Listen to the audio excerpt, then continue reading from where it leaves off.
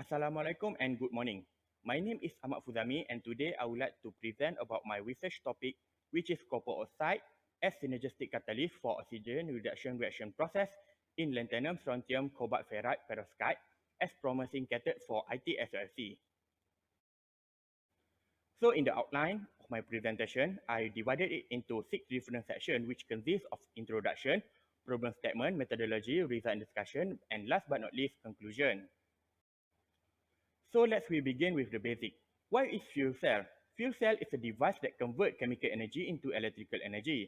But in solid oxide fuel cell, the conversion produces a clean waste. Therefore, it was categorized as a clean energy.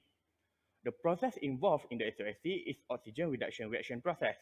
The component consists of cathode, electrolyte, and anode and require oxygen and hydrogen to act as a fuel and produce water as a result. This technology was implemented in the power plant in Hyogo and Tochigi in Mitsubishi, Japan. There are also BEV, which is battery electric vehicle, such as Nissan, that utilize the SOFC as a power source to generate the energy for the car itself. So, for the problem statement part, let's begin a bit on the conventional problem happen in the current SOFC-based power plant. There are two types of SOFC reactor, which are planar type and tubular type. Both share similar problem, which high operating temperature, usually above 1000 degrees Celsius. In order to further discuss this problem, I would like to focus on the reaction that happen in the cathode side. As showing in the figure B, the process involved in the cathode side limited only at the triple boundary phase between the cathode and electrolyte. Thus, they require higher temperature, so more ion transfer will be happen. In depth into the situation, current cathodes such as LFCF or LFF need to be operated at 1000 degrees Celsius to yield enough energy for the power plant itself. But as it's continuously conducted at high operating temperature, the cathode tend to react with chromium which come from the reactor itself. This effect was called as the degradation of the cathode. One way to avoid this is to reduce the operating temperature so the chromium won't react with the cathode, and this will allow the cathode to perform longer. How would we achieve this? My solution is to apply a composite type cathode. So what if we able to change the microstructure of the cathode from figure A to B as well as the reaction from C to D? Instead of the reaction to be happen on the triple boundary phase, we apply a composite cathode so the ion transfer begin at the cathode surface. For this to happen, the cathode must consist A side and the B side, high conductivity which above 500 S per cm. Therefore, I would like to propose LFCFCO, a composite cathode for ITSLC. Why would I choose copper as the candidate? This is because copper has smaller ionic size than LFCF, so it is possible for copper to be inserted among LFCF. Secondly, copper has high conductivity, which is 600 S per cm at 800 degrees Celsius, which higher than typical electronic conductor. Copper oxide also reported to able to act as a centric egg for the main cathode. So if copper was this good, why would we just make a whole cathode as a copper oxide? Well, this is because LFCF has higher stability and carbon resistance compared to the copper oxide only. But LFCF lack in total conductivity. Therefore, we introduce a catalyst that would enhance that part of the problem. Now we move on to the research objective. The first one is to synthesize the LFCFCO via modified sol gel method at intermediate temperature solid oxide fuel cell. This may sound as easy, but it is not. The process is a delicate process. This is important so the result does not produce a multiphase. This is an example of the multiphase in SLC. Multiphase result on the performance degradation, so we would want to avoid that. The second objective is to elucidate the optimal amount of copper oxide addition towards LFCF. In this example, the depicted excess amount of catalysis added, resulting the performance to be much worse. Therefore, we optimize the addition of to be the 5% in this presentation to show how much improvement that the LFCF CO made. Next, of course, we will elaborate the performance by characterize the LFCF CO itself. This will be done by several combination of characterization tests to investigate the catalytic effect on the cathode. Finally, I would like to deliberate the electrochemical performance, which is in SLC perspective, is the power density delivered by the cathode itself. Unfortunately, the progress is still pending, but I can assure you that in this objective is likely to be achieved in my research. Next, we move on to the methodology part. The LSF powder was synthesized via enhanced modified method. The metal salt, lanthanum, strontium, cobalt and ferrum, EDTA and citric acid was mixed at ratio 1, 1 and 2 with excess of ethylene glycol. The pH of the solution was controlled using ammonia solution at 7. Notice that noticeable color change between pH 1 to pH 7 as depicted in the figure.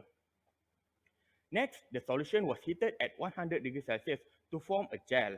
The concentration of the gel usually being reduced 40% from the original solution. In order to produce a powder LSTF, the gel was calcined at 800 degrees Celsius for 6 hours. Then it was crushed until the fine powder was formed. To produce a composite cathode, 95% of LSTF powder was mixed with 5% of copper oxide. The powder mixture was milled together with ethanol for 2 hours and it was sintered at 800 degrees Celsius for 6 hours. The resulted powder of LSFCO then will be sent to the characterization and symmetric cell processing. Next, the slurry cathode processing also a delicate process where the ratio between the composite cathode, terpenol and anticellulose as follow image. Two slurry solution will result a low quality adhesion onto the electrolyte and two clumpy solution will result uneven surface cathode. Next, the electrolyte was produced by pressing gadolinium deuteria into 13 mm mold with 250 megapascal pressure. The resulted electrolyte then sintered at 1400 degrees Celsius to produce denser electrolyte as shown in the images. Lastly, the slurry cathode then was applied to the both surface of the GDC electrolyte. After approximately of 5 layers of LSFCO, the resulted cell then sintered at 800 degrees Celsius to promote good adhesive between cathode and electrolyte. The resulted cell then was sent to the EIS test and also the surface characterization. Without further ado, we move on to the result and discussion. To ease my explanation regarding my finding, I divided the discussion into 3 parts, which are preliminary characterization, performance analysis, and surface morphology. This is because it is important to show you the objective, and each respective size has their own purpose on showing how to achieve the objective. First is the preliminary characterization. This was done to identify the optimized measurement in the experiment so I am able to achieve a single-phase perovskite. The first analysis is thermal analysis. The important gist that the thermal analysis gives me is the optimal calcination temperature of the LSCF found out to be at 560 degrees Celsius. Taking a conventional method as a reference, the LSCF synthesized via enhanced modified method start to produce a complete LSCF structure faster than conventional one. However, it's still not enough to convince the LSCF should be calcined at 560 degrees Celsius. Therefore, I conducted a bonding analysis via FTIR. The FTIR depicts upon the calcine at 800 degrees Celsius, the carbonate bonding disappear in the A site structure, which can be summarized as a complete formation of LSCF perovskite structure. It also shows that upon calcine at 800 degrees Celsius, the addition of copper oxide won't change the structural behavior of the LSCF itself. To further confirm the finding, phase analysis via SID showed that the LSCFCO indeed form a single phase perovskite where there are no shifted peak or extra peak was detected after calcine at 800 degrees Celsius. This revealed that the first objective of my research was achieved, which is to synthesize a single phase LSCFCO.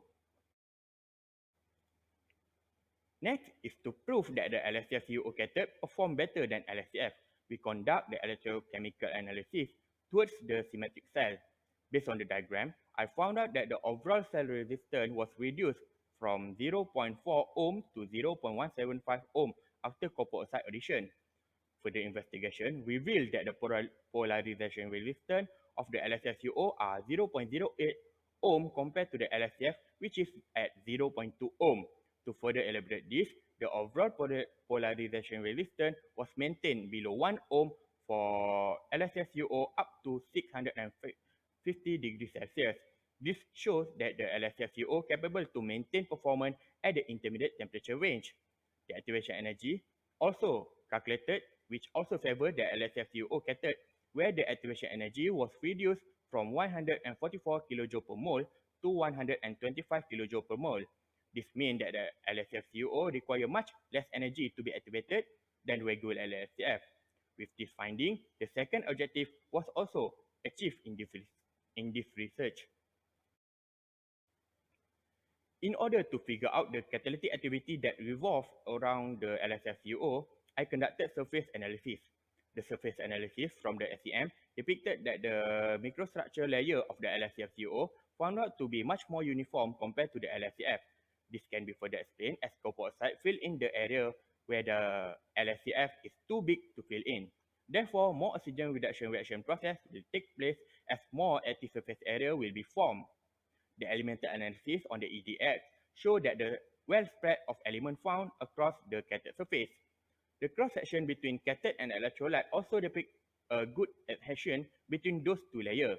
This shows that the sintering cell at 800 degrees Celsius is sufficient to promote a good adhesion between cathode and electrolyte. From the active surface area analysis BET, the table show that the LSF-CO composition much denser than LSF. The specific surface area also increased drastically from 7.451 to 10.32. To further explain this, I would like to redirect this slide into this section. By respective JCPDS achieved from the SID database show that the copper oxide is much denser than LFCF. Therefore, it will increase the overall density to the cathode structure. According to the specific surface area formula, particle size is inversely proportional to density. So denser cathode may be without smaller particle size. Return to BET analysis show both theoretical particle size and actual particle size LSCFCO much smaller than the LSCF. This indicates that the addition of copper enhances the overall density of the cathode as well as reducing the particle size of the cathode. As a conclusion, from preliminary characterization, we successfully synthesized a single-phase perovskite of LFCFCuO structure at 800 degrees Celsius. Further analysis found out that the EIS performance of the LFCFCuO outperformed the LFCF performance by 15% based on the activation energy value. Although it seemed like a small percentage, bear in mind that the polarization resistance of LFCFCuO is much smaller than LFCF through entire intermediate temperature range. Therefore, it could be summarized that LFCFUO much more stable than LFCF when it comes to the overall performance. In conjunction on the electrochemical performance before, the surface morphology analysis from BET showed that the active surface area of LFCF was increased from 7.51 to 10.32 after copper oxide addition. As such, it was found out copper oxide enhanced the active surface area by increasing the overall structural density. Therefore, it could be summarized that second and third objective was achieved. Unfortunately, I can present the power density data due to the inability to continue research in the UKM. However, nobody likes a cliffhanger story. Therefore, by utilizing power density formula, the power density expected to be increased by addition of copper as overall analysis favor the LSFUO just now. Since the resistance is inversely proportional to the power, therefore the power density expected to be increased by 50% based on the EIS analysis before. Therefore, the fourth objective expected to be achieved. I would like to thank my supervisor, Dr. Ashrina, and co-supervisor for guiding me throughout my entire research. Thank you, and we move on to the Q&A session.